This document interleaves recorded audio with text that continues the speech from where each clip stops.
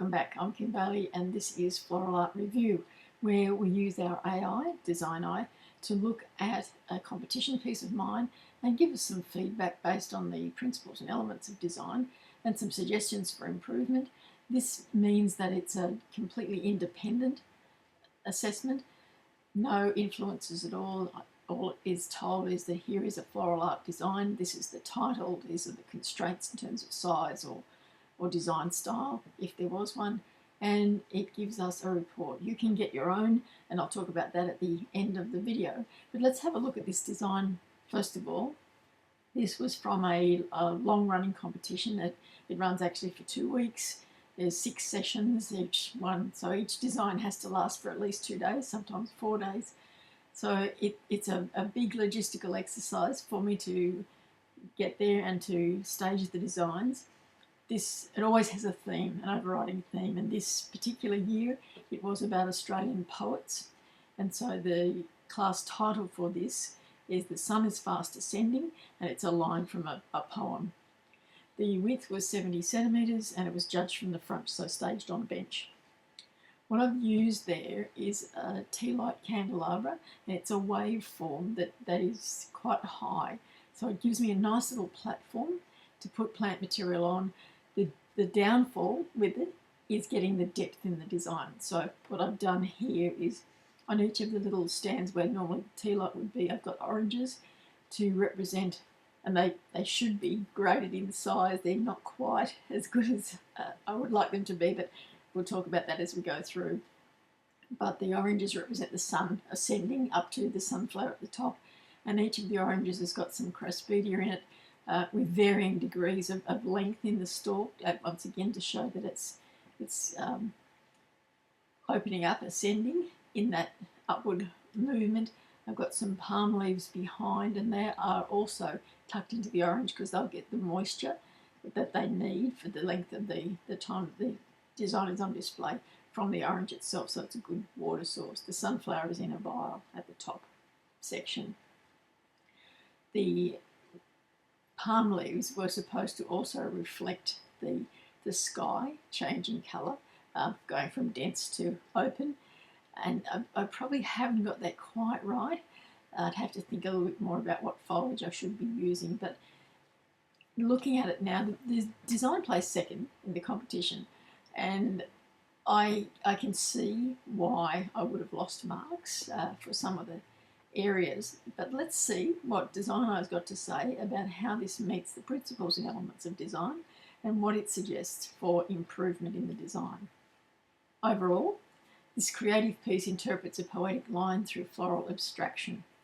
The use of tropical foliage, orange fruit, yellow Craspedia and a central sunflower suggests a vibrant, dynamic representation of the sun's upward journey. So we can see that what I was trying to achieve by the design in its overall assessment. So let's have a look at the individual elements. Line, first of all. The design is strongly structured on a vertical axis, supported by radiating metal rods and curved palm fronds. The movement created by these arcs evokes the sun's rays and its trajectory, contributing effectively to the poetic theme.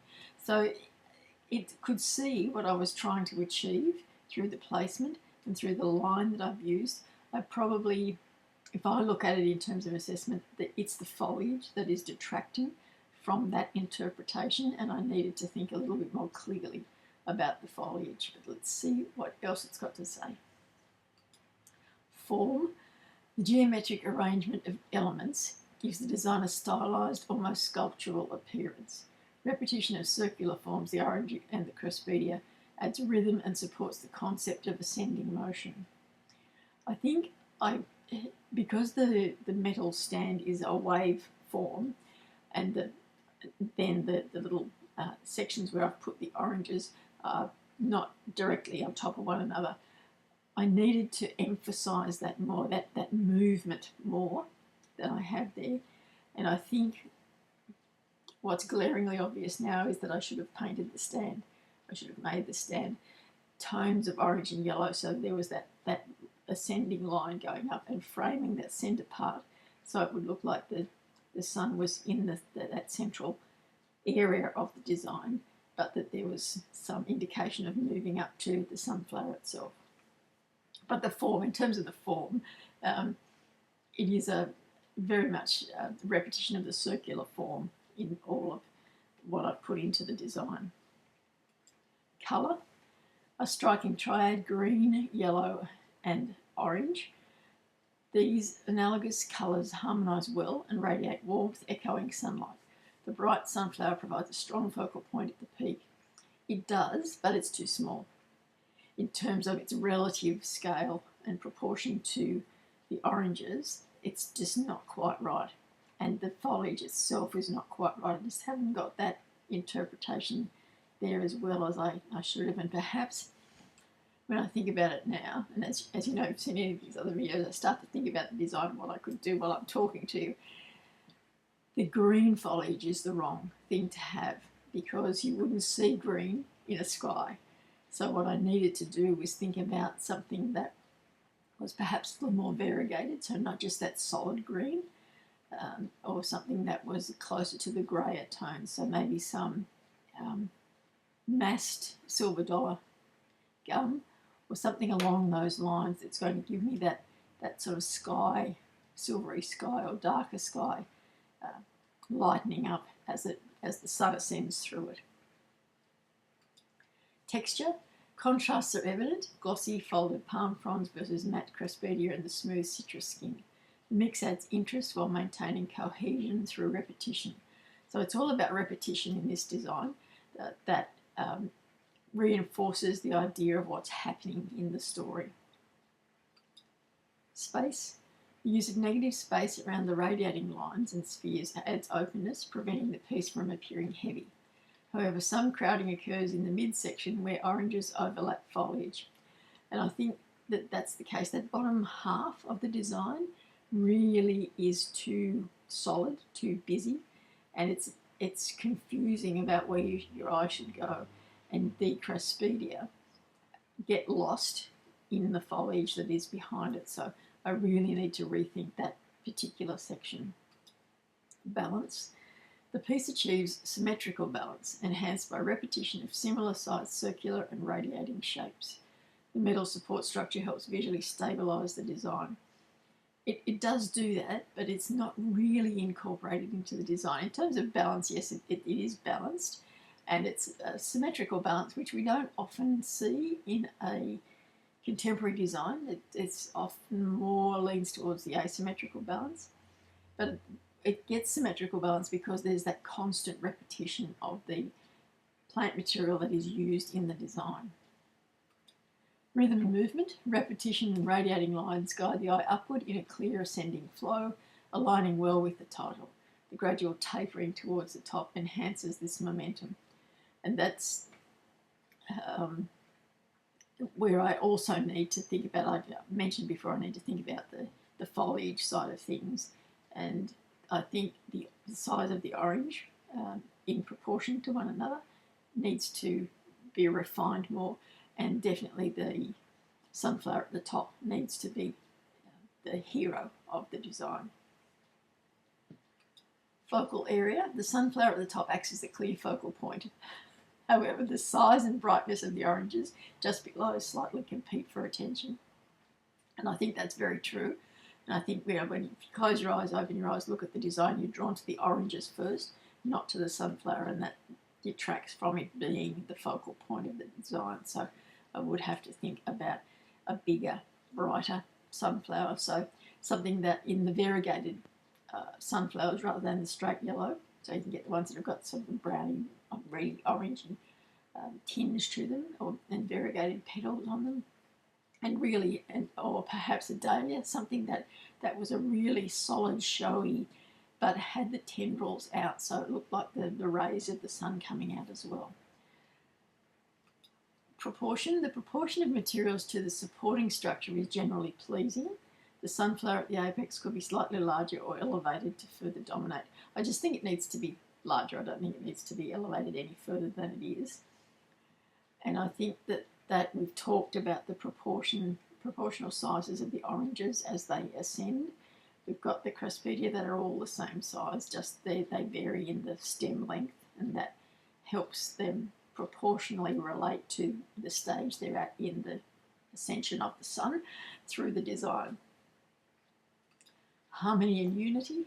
The colour scheme, repetition of circles and echoing lines create a cohesive and unified design.